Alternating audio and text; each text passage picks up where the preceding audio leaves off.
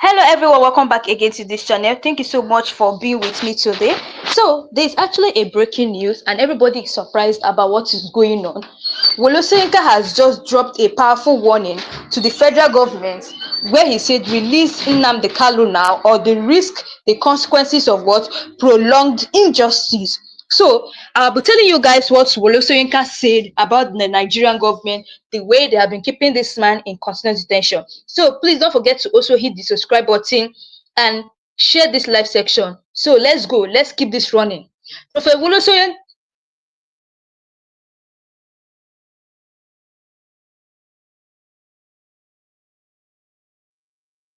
Professor Professor Wole Soyinka.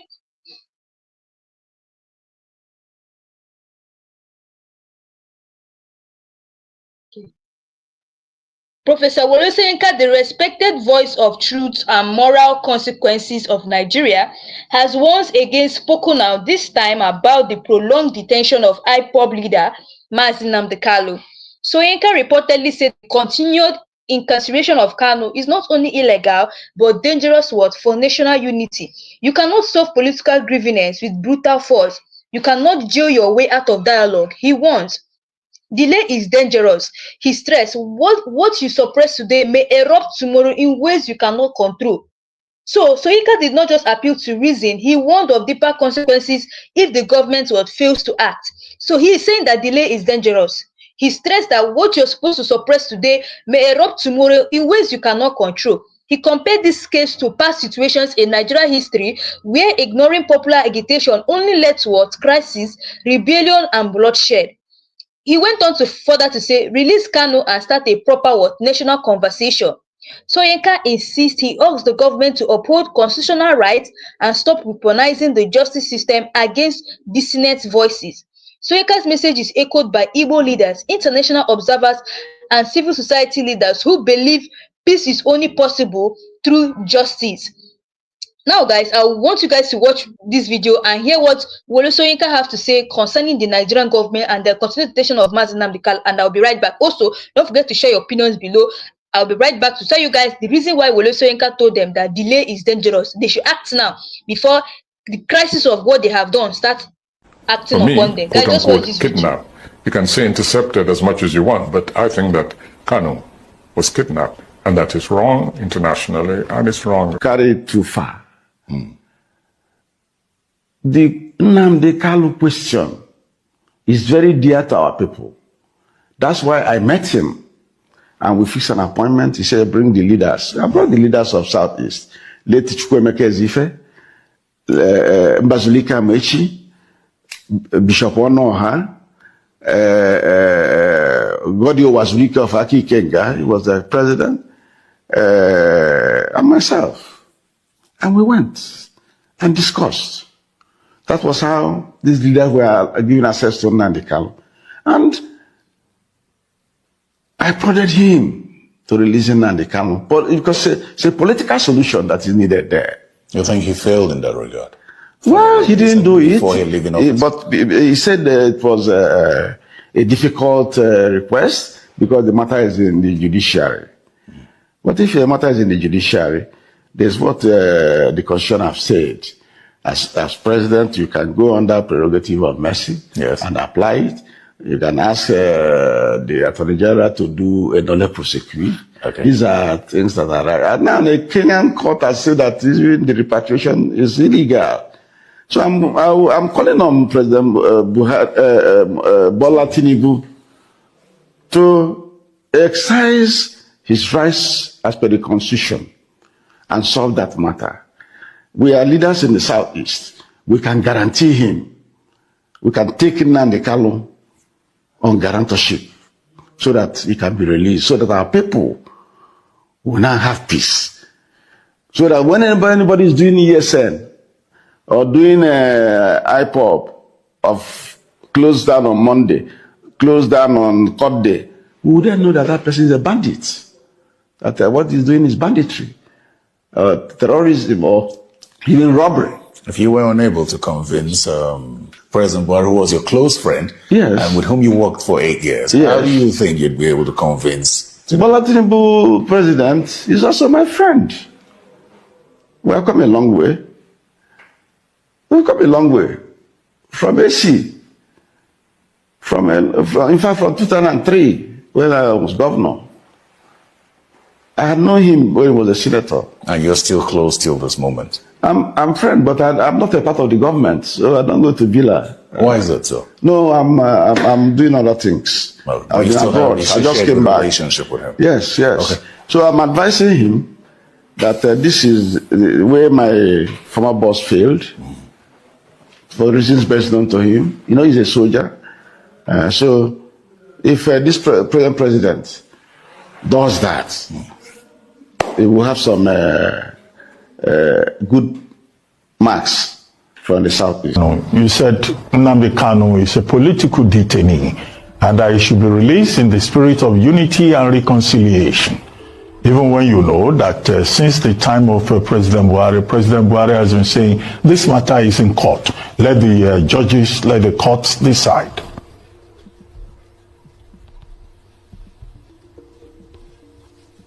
Well, you know, I know the Kanu has been there for so long. He's been to several courts on several occasions. They can't even agree on what to do. And between me and you, Dr. Abati, you're a lawyer. Justice delayed is justice denied. This man has been taken to various courts. They don't even know which charges to give him anymore. This man was abducted out of this country. The manner of abduction was in itself illegal. It's a shame. It's a shame that this country will be involved in a thing like that. But they did it. Okay, now you took that gentleman to court and he's been there for years. If you want to take him through justice, dispense justice with him, and then that's it. If you're going to jail him, jail him. If you're not going to jail him, let him go. What's the point of just keeping somebody there? And all of us Nigerians should be ashamed that we are being linked to this. In the turn, it's a shame. It's a shame. It's a shame that this is what we've turned this country to be. A Nigerian, a citizen, and you treat him like this in his own country. It's a shame. All progressive Nigerians should stand up and say this should stop. This shenanigans should stop. How long should we continue with this? If this man has committed an offense, sentence him. That's it.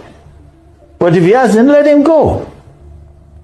What is happening is wrong. It's wrong. To any right-thinking person, it is wrong. And Afenifere will continue to fight for whoever in such a position. That is what we are known for. We'll fight against any injustice from wherever it is coming from. We'll fight against it. And Nnamdi Kanu is just there. We've been doing this. We've been doing this for years. We know it. It's a template. I don't want to start repeating over and over what we do. A fellow of mine, one of my friends came on the television and talked about Shugaba to you. I was personally involved. I was the special advisor to Lagos State Governor. Then when this matter happened. And I was the person going around all over, putting things together for Shugaba before it was finally released. He was not a member of our party. No. But look, we won't let this happen. And exactly what is happening now. We stood up for Dele. We stood up for him. Dele is àjànà òkú kọjá olórí nǹkan fìrí tó bá rí ni kó sọ. That's Dele Farutimi. Àjànà òkú kọjá olórí nǹkan fìrí tó bá rí ni kó sọ. Whether Dele Farutimi is in Afenifere or any party, anywhere it could be in Nigeria, is a force to be reckoned with. He's made it. There's not anybody can do about it. But we are lucky, we are grateful that he's one of us. And we will stand with him through thick and thin. You haven't seen anything. We will stand by him. We stand for anybody that runs. You want to run foul them, run short them. Then we say no. We won't accept that. That's it. So Nnamdi Kanu, we stand by him. He must be released. He must be released. Okay. And we don't want to start. Oh, for Christ's sake, stop all this. For Christ's sake, one is getting it. Please, Dr. Abati, go on. Okay, I wanted to ask you, on the question of state police, you have sent proposals to the National Assembly. Yes. Have you also made attempts to Yes, approach President Tinubu or to send a formal opinion to him on the question of Nnamdi Kanu? No, we didn't go that far. But our position on it is known. We didn't go that far. Okay. We didn't go as much as writing letters. No, we didn't. Okay, because I just assume that it's not every communique that is published that the president will get a chance to read. Maybe you need that follow-up effort. If he doesn't read anything about Nnamdi Kanu, then he must find something good to read. Anyway, Your Highness, let's talk about this issue of Sharia in the Western region. So, my people, you guys have heard what Wole Soyinka and the Arise TV have to say about Nnamdi Kanu. Now, there were Soyinka ones that keeping Kanu locked up is like sitting on a ticking time bomb. The longer the issue is ignored, the more radicalized the people become. You are fueling resentment, and that resentment will not die quietly. That is what Wole Soyinka was saying. Now, he criticizes the violation of due processes, saying that no democratic country should allow a citizen to be held endlessly without proper trial. We cannot just come out and claim that, oh, this country is a democratic country, while we are holding someone without justice. Everybody is saying Nigeria is a democratic country. You're saying Nigeria is a democratic country, but you're holding an innocent man for a long time without justice. Many people have been saying, let justice be done for Nnamdi Kanu. If this man is guilty, jail him. If this man is not guilty, free him. That is why they say that there's a law governing every country. Now, Nigeria is not trying to prove to us that Nigeria is a lawless country, because what is going on Nnamdi Kanu's case? Why is his own case separate from other people's own? Like, they're not telling us that Nnamdi Kanu is not a political prisoner. We come out and we claim to be a democratic country, that we are democrats, while we are holding someone without justice. So Soyinka mentions that the continued detention is painting Nigeria in a bad light internationally. Human rights groups are watching, and the government is risking diplomatic isolation rather than military or police crackdown. Soyinka calls for a roundtable discussion with indigenous people of Biafra and other agitators, reminding the government that Biafra is an idea and not a man. So let us say that another thing that the Nigerian government should do in order to release Nnamdi, they should check that if they don't release Nnamdi Kanu, another civil war will emerge in Nigeria. So preventing another civil war, referencing the horrors of the 1967 civil war, Soyinka appeals to history. We must not make the same mistake again. Suppression breeds to a rebellion. The people who have experienced the civil war in 1967 will tell you guys what they really suffered during that time. So many people who are saying that they don't care if war comes, they don't want to know, because of they were not there when the war started. So to prevent the war, to prevent 1967 war, it's just better the Nigerian government release Nnamdi Kanu, because the way things are going now, if on that 10th October and Nnamdi Kanu is not released, it's going to create a lot of tension in the southeast, as well as the indigenous people of Biafra. We may start a protest, and this protest may not really be peaceful again. It will not be a very violent protest. Now, he wants that delaying justice until 10th October or beyond could backfire. Just like I told you guys, that the more they try to delay Nnamdi Kanu freedom, it's going to backfire to them, because the indigenous people of Biafra are not smiling again. They will be like, for how long are we going to are they going to be keeping our leader in custodial detention? Before you know it, they'll start burning markets.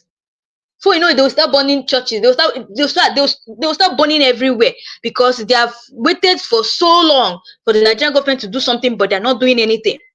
They will start closing shops. And by that time, you will see that once they start closing shops, people will no longer sell markets. People will no longer see food to eat again. You guys know how it used to be now. This Monday sit at home that they even stopped recently was because of they found the indigenous people of Biafra had hope that, okay, let's just stop the sit at home. Very soon our leader will be released. But now nothing has been done about it though. So it may also try to raise that Monday sit at home, or even more days. They may even add more days to it this time around. So justice delay, the more they keep delaying justice, he says it's not just justice denied, it is fuel for fire. Nigerian government should take notes. Soyinka stands with Igbo elders and leaders from the south who have repeatedly called for political resolution instead of what prosecution. He stressed that the executive arm must respect court rulings, referencing what past judgment that ordered Kanu's release, yet were ignored. Now, he stressed that the executive arm, they must respect court rulings.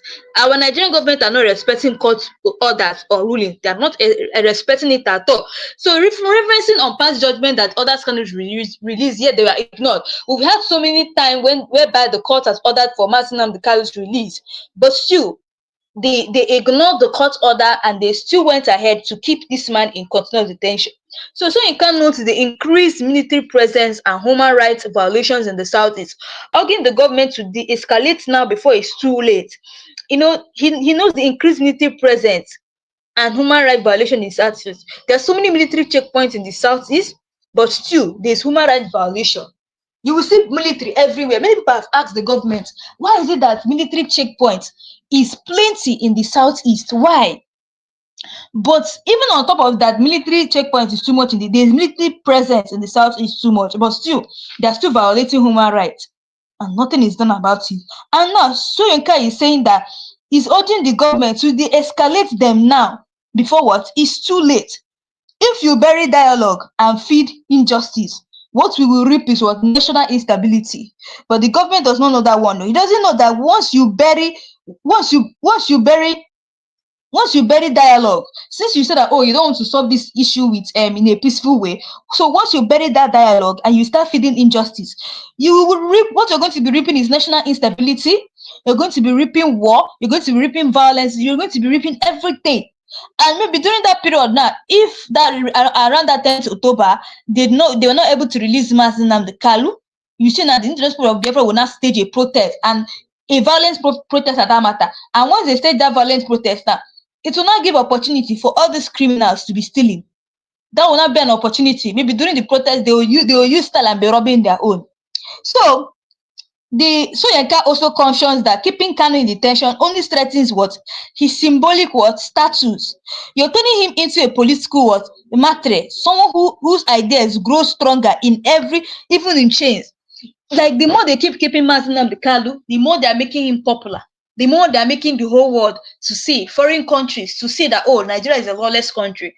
And this kind of attitude is going to be making Nigerians to be losing international case in anywhere they go, because they've already found out that, oh, Nigeria is a very lawless country.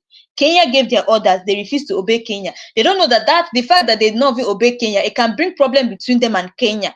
They're not even aware of that one. That's the kind of Nigerian government. Our governments are not always thinking. They don't know the repercussions of what they are doing. They think they're just doing it for the main time. They don't know that this thing they're doing, it carries repercussions. So many young people feel disillusioned. So it implies that detaining leaders like Kanu without resolution pushes the youth toward what? Extremism and not peace. You cannot expect calm from a generation that sees no justice. Just like I told you, you cannot come and be expecting the youth to be so calm from a generation that sees no justice. They're not seeing any justice done at all, and you expect them to be calm. I don't think that the indigenous people of Biafra is going to be calm during that 10th October. It's going to be a massive hot. Even some people say may even be flying maybe during that time. If they see that, oh, the country is not too hot, you see some people start flying. People will start going to different countries. For people that don't have money, they will stay back in Nigeria. People that have money will be flying their children out. They will just be traveling now because the violence has become too much. Now, Kanu is not the problem; he's the symptom. So Soyinka reminds Nigerians that the indigenous people of Biafra movement did not start because of Kanu. It started due to deep-rooted marginalization. Kanu did not create Biafra agitation; he gave it a voice. Now, this is where the whole matter is. There was a time that Ibrahim Babangida released a book that what happened in 1960, I think so. It said it was not an Igbo coup, rather it was a military coup. Now, just like Soyinka said that Nnamdi Kanu, he was not he said he was not the one. He did not just create Biafra like that because he wanted to create Biafra. Now, no, he did it because of the marginalization of the Igbo people. So the fact that they said that Ibrahim Babangida came out and wrote his book, and all he was telling us was that what happened that time was a military coup and it was not an Igbo coup. are you going to still blame Nnamdi Kanu? No, you won't blame Nnamdi Kanu because everybody that time took it as an Igbo coup. People are saying, oh, Igbo want to dominate, Igbo want to take over Nigeria, Igbo want to do this. So because of that, Nnamdi Kanu had to give Biafra a voice. He didn't just create Biafra, he gave Biafra a voice. He did everything he did to end what Igbo marginalization. So Soyinka is reminding Nigerians that the Igbo movement did not start because of Kanu.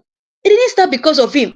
It started because of what happened back then, the Igbo marginalization. So Nnamdi Kanu did not just go and start creating Biafra. He only gave Biafra a voice, and Biafra started leading. People now saw that, oh, the Nigerian government they have been deceiving us for so long now, for so many years now. And that's why you see Biafra is still standing now. People now know the truth through Biafra. It's only through Biafra that you're going to know the truth. Now, he emphasizes that how the federal government handles the case would define its credibility, both locally and globally. The world is watching, and silence is no longer protection. Silence is no longer protection because the whole world is now watching. Wole Soyinka points out that courts have already ruled in favor of Kanu's release. Disregarding such rulings turns democracy into dictatorship. If court orders can be ignored, what separates you from tyranny? If court orders can be ignored, what separates us from tyranny? Because that is what Wole Soyinka is asking. He points out that the court has already ruled in favor of Kanu release. Disregarding such ruling turns democracy into dictatorship. Because the fact that they're saying that, oh, we're a democratic country, and you guys are not obeying court orders, that means we're in a country of dictatorship where they're using force to now rule us in this country. Now, he urged civil society, human rights lawyers, and elder statesmen to pressure the government through peaceful resistance and advocacy. This is not just about Kanu, it's about the soul of the nation. So he urged civil societies, the human rights lawyers, and elder statesmen to pressure the government through peaceful resistance and advocacy. This is not just about Kanu, it's about the soul of the nation. So he draws out on his past experience, having been jailed during the Civil War era, reminding us that suppressing dissent never solves political problem. Now, so Wole Soyinka told us the way he was, he was jailed during the Civil War era. Like he said, he was jailed during the Civil War era, and he reminded us that suppressing dissent never solves political problems. You suppressing people, it will never solve political problems. I have seen this before, and we must not go back. Now, the prolonged unrest in the southeast affects the economy, foreign investment, and national security. You cannot build a nation when one region bleeds and the other one ignores. No, you can't. You can't build a nation when one particular side is bleeding and the other one, when one region is bleeding and the other one ignores. It's just like now you want to build a nation and Igbo people are bleeding. Igbo people are seeing it as if they are second-class citizens, and the other region and the other people are not saying anything. You can't build a nation like that. Instead of it to build a nation like that, the nation is going to scatter.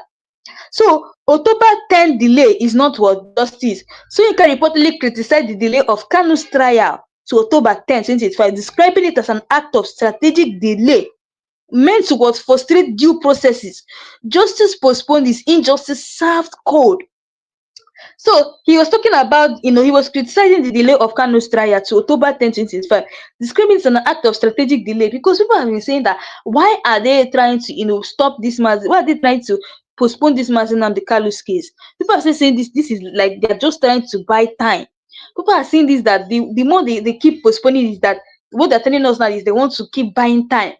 So they said that his case has been postponed to October, meaning he still has to be in detention for some months again. Maybe if it's during that, when they will not resume October now, we will not be hearing that, oh, his case is still going to be postponed. When everybody was putting hope that, oh, if Nnamdi Kanu did that this 18th July, which is yesterday, people were putting hope that Nnamdi Kanu was going to be released that time. All of a sudden, what we heard is that his case has been postponed. He's going on the judge, Justice Omotosho, is going on a vacation. Like, is this what we're going to hear? And now Wole Soyinka is saying that justice postponed is injustice serve code. Nigerian government should take note. This time is to release Kanu. We don't need tomorrow. We don't know. We want it now. They should release Nnamdi Kanu now. We don't want tomorrow release, because the more they keep saying tomorrow, okay, well, his case has been postponed. When it was not time for them to not release him, they will still have to postpone it again. And we are saying no, enough is enough. They should release Nnamdi Kanu now. So Wole Soyinka reminds the government that sitting down to talk with dissenting voices like Kanu does not mean defeat. It means leadership. Because maybe now the Nigerian government is saying it that if they go and talk to Kanu, or if they go and it shows that Kanu has defeated them. No, it doesn't show defeat. It shows what leadership. Only dictators fear dialogue. True leaders face it. It's only when you're a dictator that's when you will not be fearing what dialogue. Or if you're a true leader, you will face it because you know that dialogue is the only thing that is going to bring peace in your country. A nation sitting on ethnic tension. Wole Soyinka, he highlights that Nigerian multi-ethnic makeup is a strength when respected, but a threat when ignored. So the detention of Kanu is seen by many as a direct insult to the Igbo people. You're not just holding one man, you're holding the emotions of an entire region. So imagine you're not just holding Kanu. If you feel you're holding Mazen Nnamdi Kanu only, you're not, because you're holding the emotions of an entire region. You're holding the emotions of the Southeast, his family. So like even people who love him, there are so many people who love Mazen Nnamdi Kanu and what he's doing for the Igbos. So you're not just holding one man, you're holding a particular nation. You're holding the emotions of a particular of an entire region. So it's not just Kanu. Others may rise. Even if Kanu is silenced today, others will rise. The government must address the message, not just the messenger. You can imprison a man, but not his what ideology. So even if they try to silence Kanu today, others will still rise. So the government must address that message. That thing that they have been saying that, oh, Igbo people are second-class citizens. That thing they're saying, oh, Igbo people are second-class citizens. The government should address that emotion, that statement alone. Because if it's only when you address the message that everything is going to calm down, you're just going to address the messenger. No, Mazen Nnamdi Kanu is just a messenger. So for the fact that we're asking Bola Ahmed Tinubu to use dialogue and settle this case, he should stop seeing this as a defeat. Instead, you see it as a true word leadership. That is how a leader is supposed to be behaving. Because you cannot just imprison a man, but not his ideology. Because even if you imprison a man, you've not imprisoned his ideology. Because everybody is now aware of it.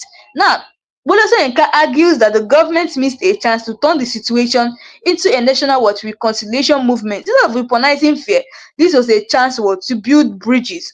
He warns that ignoring injustice at this scale may trigger constitutional breakdown where regions lose faith in the federal system.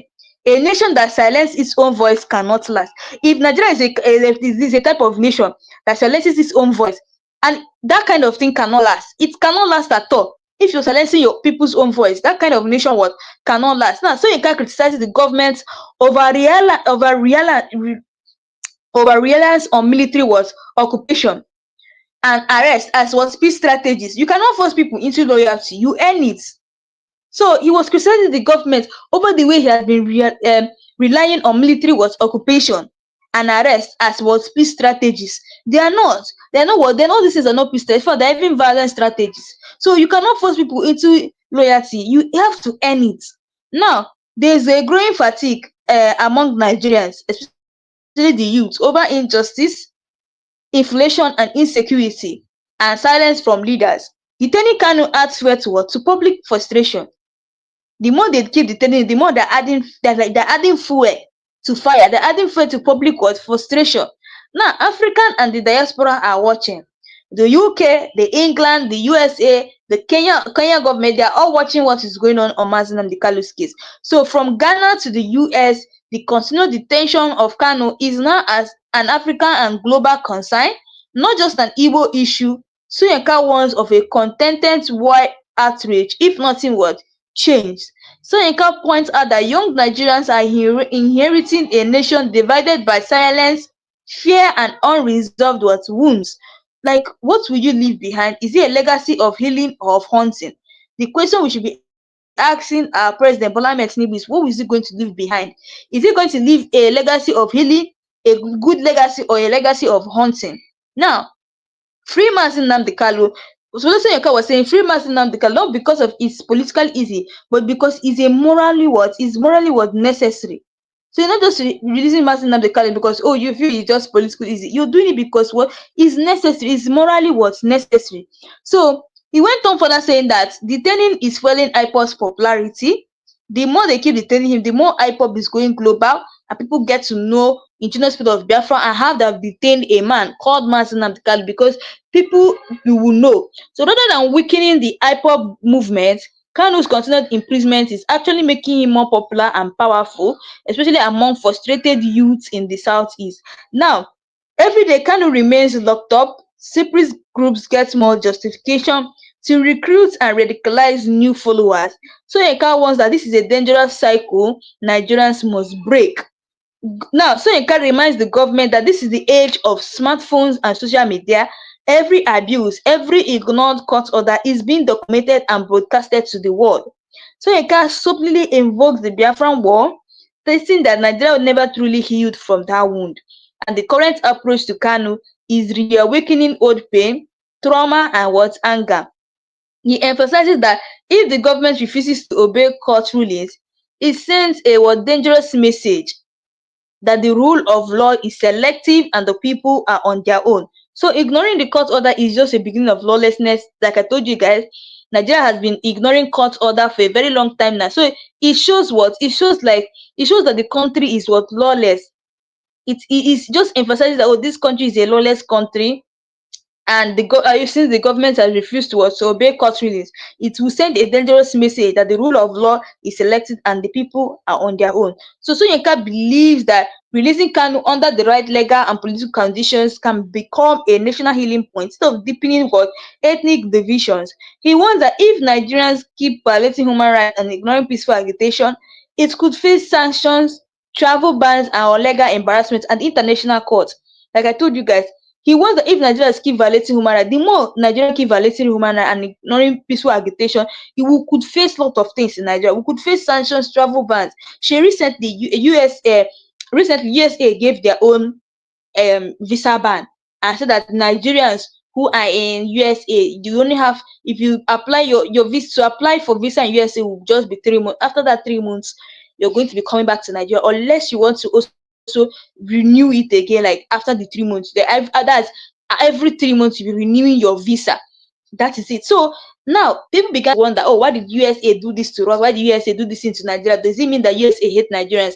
To be telling you guys the honest truth, USA is watching what's going on in Nigeria. So maybe because of the violation of human rights and ignoring peaceful agitation, maybe that's the reason why USA gave Nigeria what a visa ban.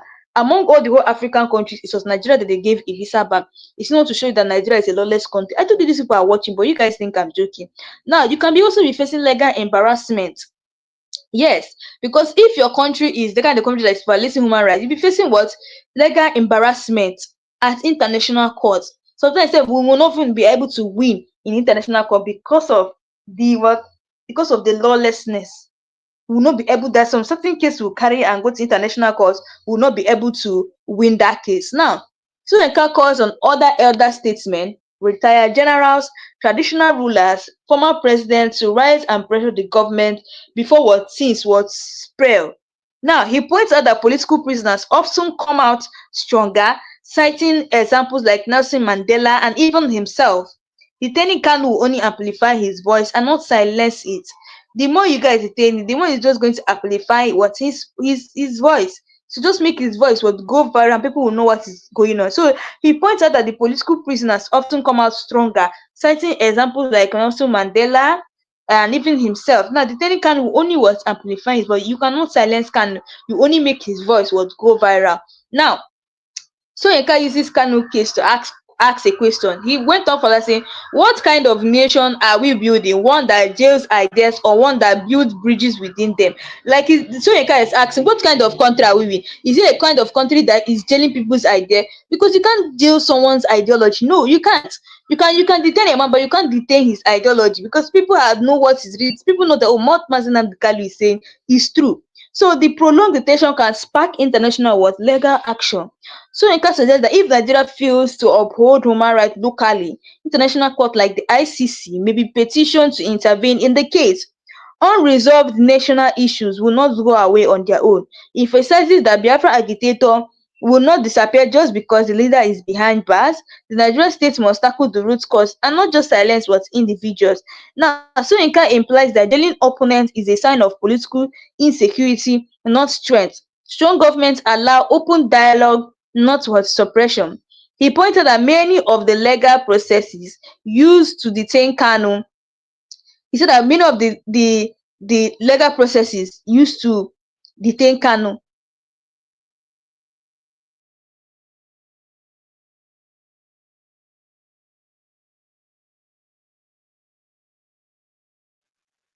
So he went on further um to talk about the unresolved national issues will not go away on their own. Now he emphasizes that Biafra agitator will not disappear just because the leader is behind bars. The Nigerian state must tackle the root cause and not what just silence the individual. Now Soyinka implies that jailing opponents is a sign of political insecurity, not strength. Strong governments allow open dialogue and not what suppression. That is what he says. So if one ethnic group is treated unjustly, none are truly free. He wants the injustice against the Igbo community today could set a precedent for injustice against others tomorrow. We are not free until we are all free. So if you think oh, these people are free, no. This if the particular region is free and this one is not free, that means we are not all free. It's only when every region is free that's when you can say, okay, we are now what free. So he points out that many of the legal processes used to detain Kanu in clear violation of Nigerian constitution, especially the right to fair trial, awards, and personal liberty. The longer Kanu is held, the harder it will be to reconcile.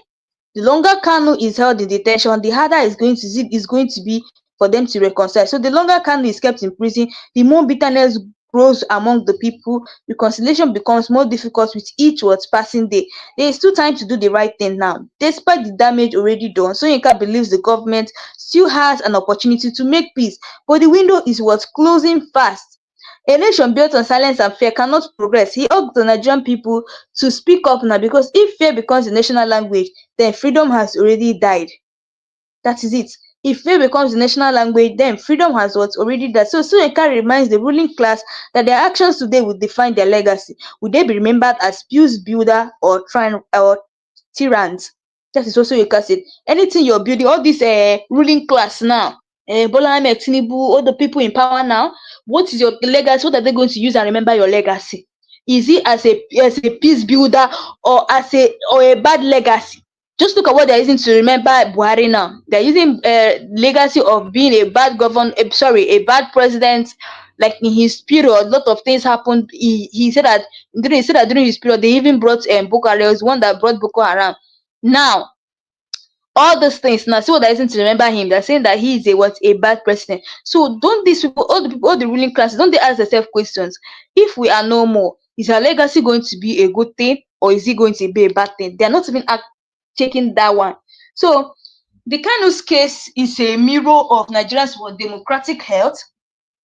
How the government handles the issue reflects the overall state of democracy in Nigeria. If Kanu remains detained unjustly, it shows that freedom is what's under threat. That is just it. He wants that injustice against the Igbo community today could set a precedent for what? For injustice against others tomorrow. That is what they don't understand. They don't understand that if they think that if one particular region is free, that means we are free. No, it's when all of us are free, when everybody is free, then we know that all of us are like we are now free for all. Now, the government is creating a cycle of what retaliation. By detaining Kano indefinitely, the government risks triggering waves of what retaliatory activism, civil disobedience, or violent protests in the southeast and beyond. Now, Soyinka could be alluding to how some individuals are arrested quickly for dissent, while others who commit crimes in power go untouched. This double standard what kills what national trust. Detaining political agitators without due process is a sign that freedom of speech and political dissent are under attack in Nigeria. Mother, father, and children are in fact are what affected. He indirectly reminds the public that behind every political prisoner are families who suffer quietly, fueling emotional rage among loved ones and what local communities. So the Nigerian government is ignoring history lessons. So it can be reference how past leaders who ignored peaceful agitator later faced with revolt. The Biafran War itself started because dialogue failed. Freedom for one is freedom for all. By standing for Kanu's rights, Soyinka emphasizes a broader truth: if one citizen's rights are abused, all Nigerians are at risk tomorrow. If a particular citizen's right that is abused, who makes you think that your own right will not still be abused? If Martin Nnamdi Kanu's right is abused, that means everybody's right is going to be abused tomorrow or at risk tomorrow. Now, the case is no longer legal; it's now moral and what's national. Kanu's detention has grown beyond legal proceedings. It's now about moral leadership, national values, and the future of what Nigerians unity. So the silence of other regions is dangerous. Soyinka warns that the North, West, and South must not stay silent because oppression anywhere is a threat to peace everywhere. So the federal government is misunderstanding IPOB. Instead of understanding interest of Biafra as a cry for political inclusion, the government sees it as a security threat, and that misinterprets what and fuels the crisis. True peace is built through listening and not force. He closes by urging Tinubu's government to lead with wisdom and not fear, and to release Kanu as a step toward true reconciliation, justice, and what national stability. Now, I want you guys to actually listen to what these people have to say about Mazi Nnamdi Kanu's release, and I'll be right back. Guys, just watch this video and hear what Wole Well, the first Soyinka thing I have have to to say say. is that I said at the time, and this was what got me into serious trouble, because they felt that by making such statement, in fact, it was singled out. By making such a statement, I was trying to demoralize the federal side and actively promoting the Biafran cause. When I said and I wrote, I said, you cannot defeat Biafra. I said, and people thought I was merely talking of the, they took a very simplistic approach to understanding that.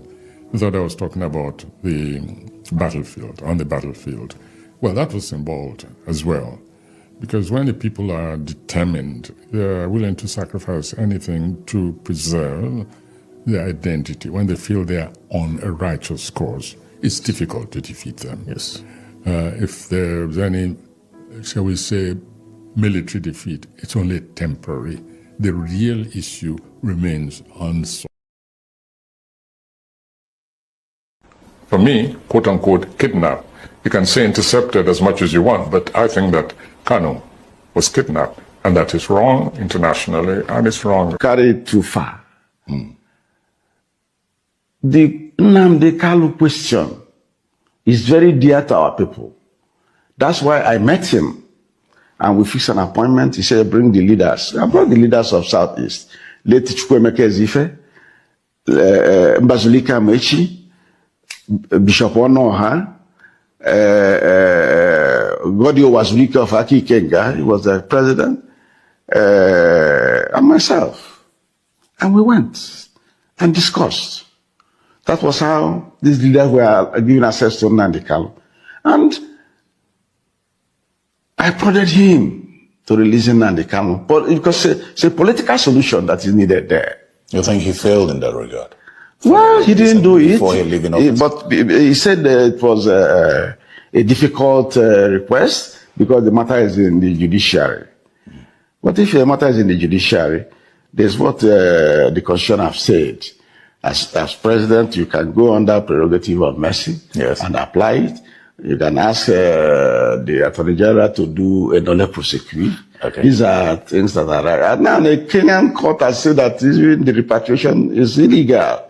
So I'm calling on President Bola Tinubu to exercise his rights as per the Constitution and solve that matter. We are leaders in the Southeast. We can guarantee him. We can take Nnamdi Kanu on guarantorship so that he can be released, so that our people will now have peace. So that when anybody is doing ESN or doing IPOB of close down on Monday, close down on court day, we would then know that that person is a bandit. That what he's doing is banditry, terrorism, or even robbery. If you were unable to convince President Buhari, who was your close friend, yes, and with whom you worked for 8 years, yes, how do you think you'd be able to convince? Bola Tinubu, president, is also my friend. We have come a long way. We've come a long way. From AC. In fact, from 2003, when I was governor. I had known him when he was a senator. And you're still close till this moment? I'm friend, but I'm not a part of the government, so I don't go to Villa. Why is that so? No, I'm doing other things. Well, you still have I just came back. Relationship with him? Yes, yes. Okay. So I'm advising him that this is where my former boss failed, for reasons best known to him. You know, he's a soldier. So if this present president does that, we will have some good marks from the southeast. You said Nnamdi Kanu is a political detainee and that he should be released in the spirit of unity and reconciliation. Even when you know that since the time of President Buhari has been saying this matter is in court. Let the judges, let the courts decide.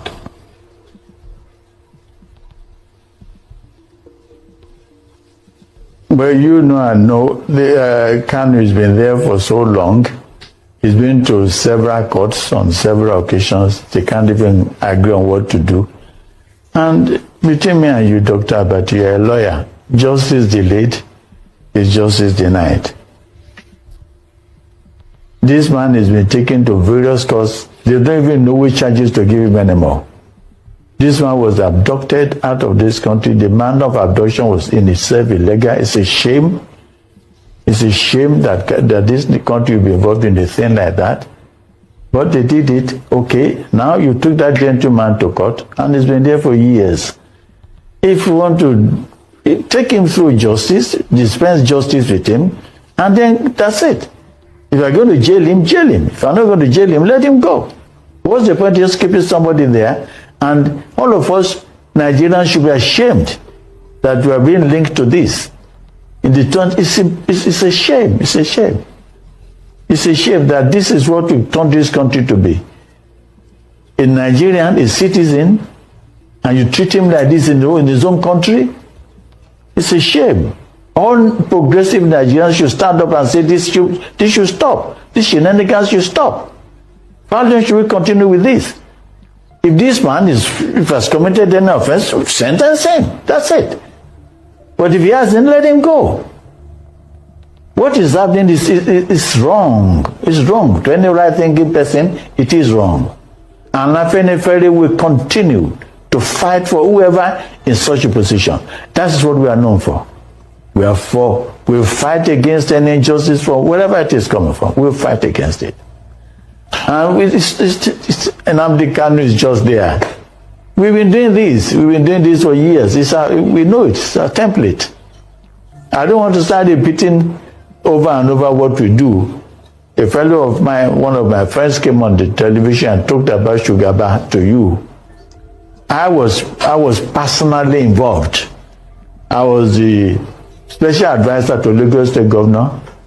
Then when this matter happened, and I was the person going around all over putting things together for Shugaba before it was finally released. He was not a member of our party. No. Well, look, we won't let this happen. And exactly what is happening now. We stood up for Dele. We stood up for him. Dele is àjànà òkú kọjá olórí nǹkan fìrí tó bá rí ní kó sọ. That's Dele Farutimi. Àjànà òkú kọjá olórí nǹkan fìrí tó bá rí ní kó sọ. Whether Dele Farutimi is in Afenifere or any party, anywhere it could be in Nigeria, is a force to be reckoned with. He's made it. There's not anybody can do about it. But we are lucky, we are grateful that he's one of us. And we will stand with him through thick and thin. You haven't seen anything. We will stand by him. We stand for anybody that runs. You want to run foul them, run short them. Then we say no. We won't accept that. That's it. So Nnamdi Kanu, we stand by him. He must be released. He must be released. Okay. And we don't want to stop. Oh, for Christ's sake, stop all this. For Christ's sake, one is getting it. Please, Dr. Abati, go on. Okay, I wanted to ask you, on the question of state police, you have sent proposals to the National Assembly. Yes. Have you also made attempts to approach President Tinubu or to send a formal opinion to him on the question of Nnamdi Kanu? No, we didn't go that far. But our position on it is known. We didn't go that far. Okay. We didn't go as much as writing letters. No, we didn't.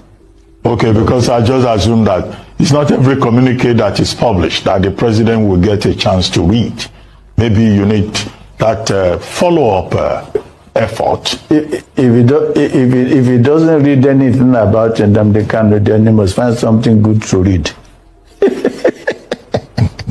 Anyway, Your Highness, let's talk about this issue of Sharia in the Western region. Now, there are persons in some of the states that are saying, well, Sharia has been in Yoruba land since the 14th century. And in any case, it's a personal orthodoxy. It's not something that is compulsory for everybody. It's not a legal orthodoxy. So if there are some people who say, well, we want to be governed by the Sharia orthodoxy, shouldn't they be allowed? They have the freedom of choice, freedom of faith. But most Yoruba groups, a number of groups are now saying, no, there must be no Sharia in the southwest of Nigeria. I said, I finally discussed this. If not, what's your opinion? Dr. Abati, has anybody in Southwest requested for Sharia? Because that's where to start. Well, the story This is in my the house. The story is in the paper. And then you- That some Islamic groups No. in the southwest want the Sharia. Requested for Sharia? The story is in the papers. Requested for Sharia. Look, some groups, notable groups in Southwest requested for Sharia. Yes. Now look, That's why some other groups are we all saying know what is happening, Dr. Abati. Dr. Abati. Dr. Abati. We know what is happening and we are ready for it. We know 27 to 2027 is at the corner and we know what's happening and we're ready for it. FNFR is 72 years old. There's no political organization that is as old as FNFR in this country. So we understand the terrain, we know the terrain. When you start doing these things, we know what you want to do, and we get ready for you. We're not talking about Sharia, we're talking about 2027. We know it. You cannot destabilize our home under one certain pretext and want us to stand back and watch you doing it. We will not allow it. If you intend to destabilize that, we say, no, you can't do it. You can't come to another man's home and tell him how to worship. You cannot go to another, look, there's Akwa Ibom. They do Christmas carol every year. You see them, the governors, everybody stands singing, and then you go to that place and you want to say, you want to do Sharia. And you want to undo, they say, they say, yes, they can do. No. They won't try, nobody will allow it. This is our home, and this is what we do here. We are the most understanding tribe in nation. I would say nation Nigeria, yes. We religious tolerance is everybody pride out for it. And we are not going to let somebody derive off of that. We know what is happening in other parts of the country because of religion. We are not that in this part of the country. And we are not going to allow anybody to introduce it to us. We will not. It's as simple as that. Okay, finally, Your Highness, before I let you go, is there any hope of reconciliation among the various tendencies in Afenifere so that people who read these reports from Afenifere will not be confused? There will be greater clarity. Is there any hope that the various stakeholders would come together one day and speak with one voice? Oh, family business. We talk every day. Yes, we talk every day. But I tell Dr. Abati, I'll let you know what is happening. There's a Machiavellian politician in Nigeria. Dr. Abati, you're a politician, I know you too, you must know. Wait a minute, Dr. Abati. There's a Machiavellian politician in Nigeria. You're either with him or you're out of the scene. You either believe in him, you either toe his line of thought, you either believe in him or you're out of the system. Well, there's always Obamewa, Ibamewa. Whatever is happening, we're there. We can understand this thing, and that's it. Okay, before we wrap up, who is that Machiavellian politician? Yes, right. Who is that Machiavellian politician? If you could just reveal his if identity. anybody has asked me that question, I will readily answer it. But Dr. Ukdabachi, I won't. No, I don't know. That's why I'm asking. If oh well, okay. I will describe it for him so that you can properly. If I mention names, nobody has done the registered name in Nigeria, so I will not mention name. I will do description so that you can get it better. This Machiavellian has his hands in all the political parties in Nigeria. His attempt is to decide what is happening in all these political parties, and he's doing it. He's doing it. We are seeing it. That is. We know it. We know it. We understand it. We understand it. Where is AD now? I was the leader of AD in the House of Reps. Where is AD now? We had SDP. SDP is almost dying. Where is it now? Where is we had PAC? Where is it? Where are they? This Machiavellian is roaming. He's a white elephant in the shop. It's a big white elephant. But we say this. Yoruba say this. Obamewa, Igbamewa. Nobody rules this life forever. There's always time for everything. It's only a phase, and it will pass. Okay. We're waiting. Afenifere is one indivisible one. We talk to ourselves, we understand ourselves, and let Nigerians believe in it that we are one. That's it. Okay. I suspect the Machiavellian politician you are referring to is President Bola Ahmed Tinubu, since you linked him with the. That's your guess. That's your guess. That's your guess. I hope my guess is correct. Didn't I say you're a politician? Didn't I say you're a politician? Well, we leave the guess. Didn't I say you're a politician? For other people to decide. Yeah, blowing in there. Yes. And okay. Those who are not politicians will learn with time if they don't know yet. Anyway, on that note, I'd like to thank you very much. With you. Yeah, Ernest, I'd like to thank you very much for joining us. So guys, I'm sure you guys have listened to this interview and what these people have to say concerning Mazi Nnamdi Kanu. You guys heard everything they said, right? Now, let me tell you guys something. The fact that the government is keeping Mazi Nnamdi Kanu in continuous detention, do you know what is happening? They are just creating a cycle of retaliation. Because the more they keeping him in detention, the more the indigenous people of Biafra are preparing on how they're going to retaliate, and which is going to cause a lot of violence in the southeast and every other places. So by detaining Kanu indefinitely, the government risks triggering waves of retaliatory activism, civil disobedience, or violent protests in the southeast and beyond. Now, Soyinka could be allowing to have some individuals are arrested quickly for dissent, while others who commit crime in power go untouched. This double standard kills national trust. Detaining political agitators without due process is a sign that freedom of speech and political dissent are under attack in Nigeria. So, he indirectly reminds the public that behind every political prisoner are families who suffer quietly, fueling emotional rage among loved ones and local communities. So Soyinka may reference how past leaders who ignored peaceful agitation later faced revolt. The Biafran War itself started because dialogue failed. Now, the reason why that Biafran War happened, that civil war that happened, the reason why it happened was because dialogue failed. They refused to settle their differences with dialogue. Instead, they now said that war was the only option, and that's why Biafran War took place in Nigeria. Now, freedom for one is freedom for all. That's one thing they don't know. So by standing for Kanu's rights, Soyinka emphasizes a broader truth. If one citizen's rights are abused, all Nigerians are at risk tomorrow. The case is no longer legal, it's now moral and national. Kanu's detention has grown beyond legal proceedings.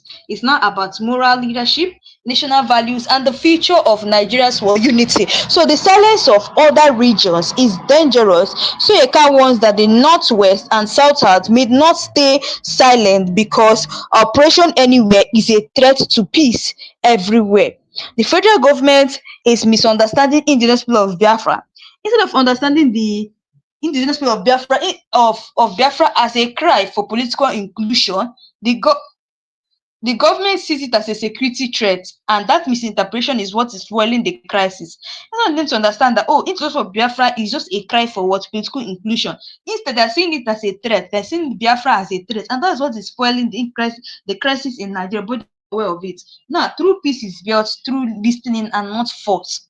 He closes by urging Tinubu's government to lead with wisdom, with fear, and not to release Kanu as a step toward what through reconciliation, justice, and what national stability. So Wole Soyinka is telling us that he's telling us this by urging Tinubu's government to lead with wisdom and not fear. Tinubu's government is feeling that, oh, if they actually do this dialogue now, that means that the indigenous people of Biafra has won them. No, certainly with dialogue does not mean defeat. Instead, it means true leadership. Instead, it makes you to be that true leader that you are. So Soyinka is saying that he's closing by urging Tinubu's government to lead with wisdom and not fear. That is what he's saying. He's saying that Tinubu's government should lead with wisdom and not fear, because it's fear now that is making them feel that, oh, the indigenous people of Biafra, they are only here to take over Nigeria.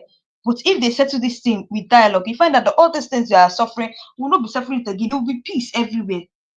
There will just be peace everywhere. So strongly, Wole Soyinka is urging the Nigerian government to release Nnamdi Kanu, warning that his continued detention is unjust, dangerous, and could lead to serious national consequences. Soyinka emphasizes that dialogue, not repression, is only part of lasting peace. He criticized the government for ignoring court rulings and warns that detaining Kanu only fuels division, instability, and ethnic resentment. Anyway, guys, that's all we have for today. Let me know your thoughts below. And also, if you know you're new to this channel, please don't forget to click the subscribe button, like, and share, turn on the notification button to get all the latest news in this channel. So, guys, thanks for watching, and see you guys again in my next live section. And also, please don't forget to drop your comment below what you really think about everything that Wole Soyinka has said. Do you really think that this man is right or he's not right? And also, please don't forget to share this live. So, guys, thanks for watching.